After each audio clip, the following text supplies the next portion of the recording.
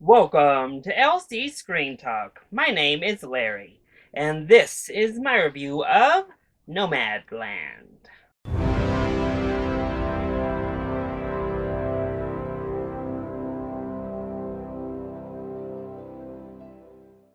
Kicking off the 43rd Denver Film Festival, Nomadland is directed by Chloe Zhao, starring Frances McDormand, about Fern, a woman who treks on an adventure through the West after she loses everything in the recession. Now, she joins a community of people known as nomads, trying to rediscover her own identity in this new landscape.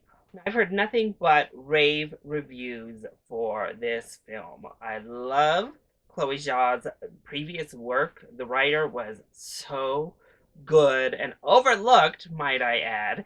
And of course, anytime you get Frances McDormand to come on back and star in a film, you know it has to be a pretty strong project. So I was over the moon when I saw that this was opening up the Denver Film Festival for 2020. Now, I do want to preface my review in saying that this year, due to COVID circumstances, the main marquee events at the Denver Film Festival are being held at Red Rocks Amphitheater in the area that they do drive-in on the rocks, like drive-in Red Rocks style. While it's a really cool experience, I'm going to say this up front. I think part of the magic of a film as intimate as Nomadland was a little bit lost in the setting. So, this is my initial review, but I cannot wait to watch the film again in a more personal setting to catch so much more of the nuance. But just off this initial viewing, I can certainly see why so many are enamored with this film. So, let's go ahead and talk about the positives first. I want to start my positives with this original score, which was stunning. It's a very simple, almost minimalistic type of musical score.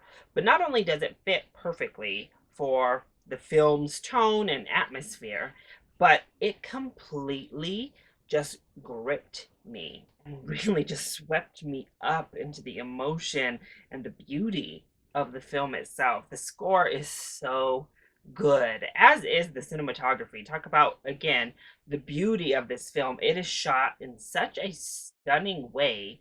Help remind us all that even amongst some of the hardest times, even amongst circumstances that many would deem lesser than, there's so much beauty in the world and so much beauty in our own country that obviously could easily be taken for granted for. Frances McDormand is also fantastic, as she always is. In a really nuanced performance. This was a more quiet version of Frances, who we know can really bring the heat. She can bring the comedy. She has a lot in her arsenal.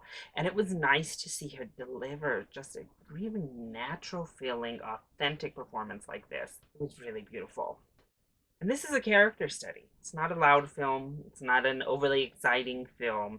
It really focuses in on the wake of that recession and obviously how it hit so many people, how they were directly affected by what happened, and really put the spotlight on a group of folks that were forgotten and still to this day are forgotten.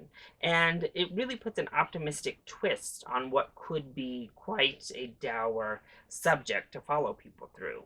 It's still a really lively film, full of energy, full of hope, full of beauty, amongst a topic that was actually quite devastating. So then, what didn't work so well upon my first viewing of the film? Well, some of the interpersonal communications I didn't love.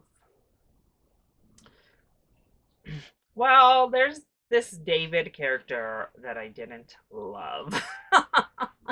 And he had a bigger role in this film than I had anticipated. And I was just like, oh, we really didn't need this sub storyline at all. I enjoyed when Francis's Fern was talking to other people and getting their story and how they ended up where they were. Those were great interactions that I loved.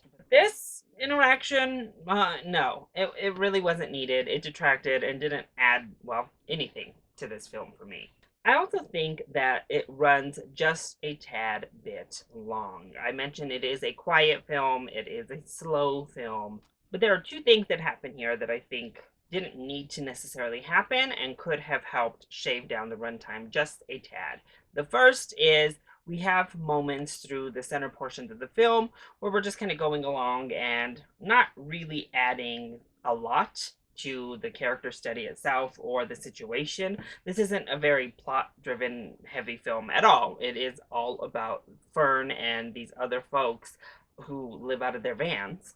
But there's some dead space that I think could have been trimmed. And then, especially with kind of the family drama that takes place, it gives a little bit more backstory to Fern as a person, but I don't know that it was all that necessary either. We get a couple moments where Fern is actually like in a house with other people, and I think both of them maybe could have just been left out.